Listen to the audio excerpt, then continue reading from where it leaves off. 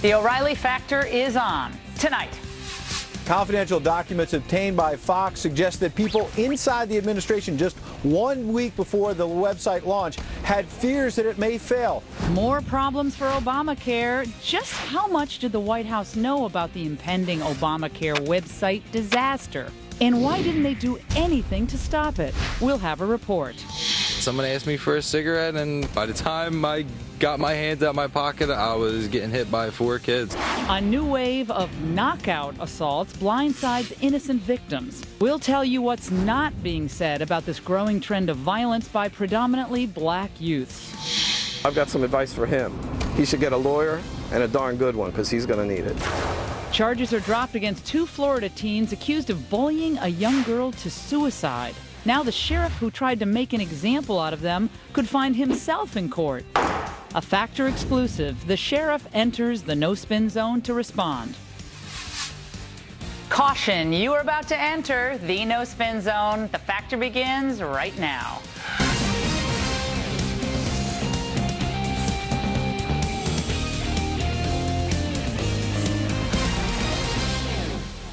Hi, everyone. I'm Laura Ingraham, in for Bill O'Reilly. Thanks for watching us tonight. The nuclear option, that is the subject of this evening's Talking Points memo.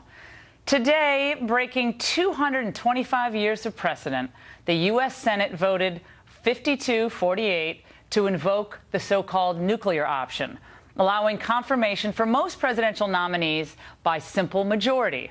In other words, the Senate voted to severely limit the use of the filibuster, one of the few tools a minority party has in our representative democracy. Senate Dems, led by none other than Harry Reid, they've been incensed that their GOP colleagues have blocked primarily three D.C. Circuit Court nominees. Will someone call 911? Because the Democrats seem to be suffering from a wicked case of amnesia. You see, they were against the nuclear option before they were for it. The filibuster is not a scheme, and it certainly isn't new.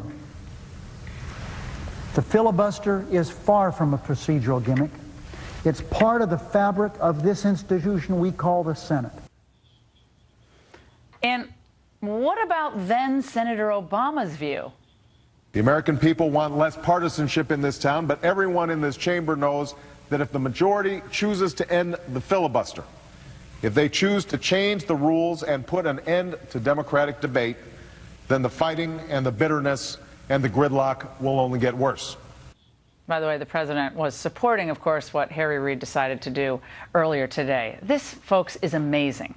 Threatening to go nuclear, which both sides have done in the past, and going nuclear are two different things. Reid and friends may have won a temporary victory by changing the rules, but they also disrupted the checks and balances within the Senate and ended up throwing gasoline on the brush fire of partisanship. This is not a very proud day in the history of the Senate. In order to distract attention away from Obamacare, the Senate has just broken the rules in order to change the rules. And yes, Republicans may have lost a lot of their leverage today in the U.S. Senate, but if they take back the Senate on the heels of the Obamacare implosion, Democrats may regret going to DEFCON 1. This rank power grab should make it obvious to all congressional Republicans that they shouldn't waste time working with Democrats on pretty much anything. Democrats did not operate in good faith on Obamacare, and they're not operating in good faith now. And that's the memo. Now on to the top story, a litany of new Obamacare problems coming to light. We're learning that if you like your doctor, you might not be able to keep your doctor. And a number of the country's top hospitals, such as the Mayo Clinic, are being cut out of the exchanges. Meantime, Fox News has learned that a week before the Obamacare website launched, top aides to the president were nervous that it would fail. Joining me now from Chicago, Mark Halperin, who is the co-author of the new book, Double Down, Game Change 2012, and Mark is also the editor-at-large for Time magazine, whose cover story this week is, check it out, Broken Promise, What It Means for the Presidency. Mark, it's great to see you. Look, this news that came out today about these emails that had circulated at the Center for Medicaid Medicare Services. There was clear concern that this website was going to have a lot of error messages and not work. Yet we heard the president last week say, "Oh, I wasn't told." Hard to believe all this. I don't think anybody's surprised that somebody in advance of the failure knew that it might happen. I don't think anybody expects the president to necessarily be informed of everything. But this was his big project. And as pretty clear from what John Hamm and I wrote about in Double Down about the president's management style, he delegates a lot. He doesn't empower his cabinet members particularly. And the results of the failure to oversee this correctly from him on down at the highest levels of government has left his presidency in a really precarious position. Well, Time Magazine, your magazine, is saying, what's left of Obama's second term if it's consumed by fixing an unpopular policy from the first? How could a White House appear so confident and incompetent at the same time? Those are pretty tough words. Yeah, Nancy Gibbs, my editor, who wrote the cover story, is a very sober person. She's not given to hyperbole. I recommend people read the story, not just conservatives who might be doing a little bit of a Snoopy dance over what's going on with the president now politically, but liberals. As I travel around the country, I'm meeting liberals who are freaking out over what's going on because their dream of universal health care may be going down at the same time the president's popularity is going down, at the same time people's trust in him is going down. Fixing this will not be easy technically. It might even be more challenged, though, politically, because the president has crossed a certain line, not all the way over the line. It's still got about 40% of the country supporting him. But he's going to have to find a way, as he said the other day, to rebrand this when the problems that Republicans and others, the press, are going to identify are just beginning, even if he's successful.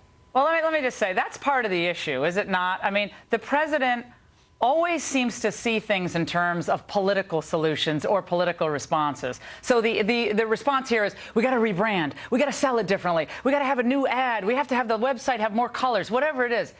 But isn't this more than a branding problem? This is a technical problem. It's a policy problem. It's a substantive problem. It's not just about whether Obama's legacy is intact or whether progressive ideas in the future are doing well. These are real concerns that were expressed, frankly, back in 2008, 2009, and into 2010.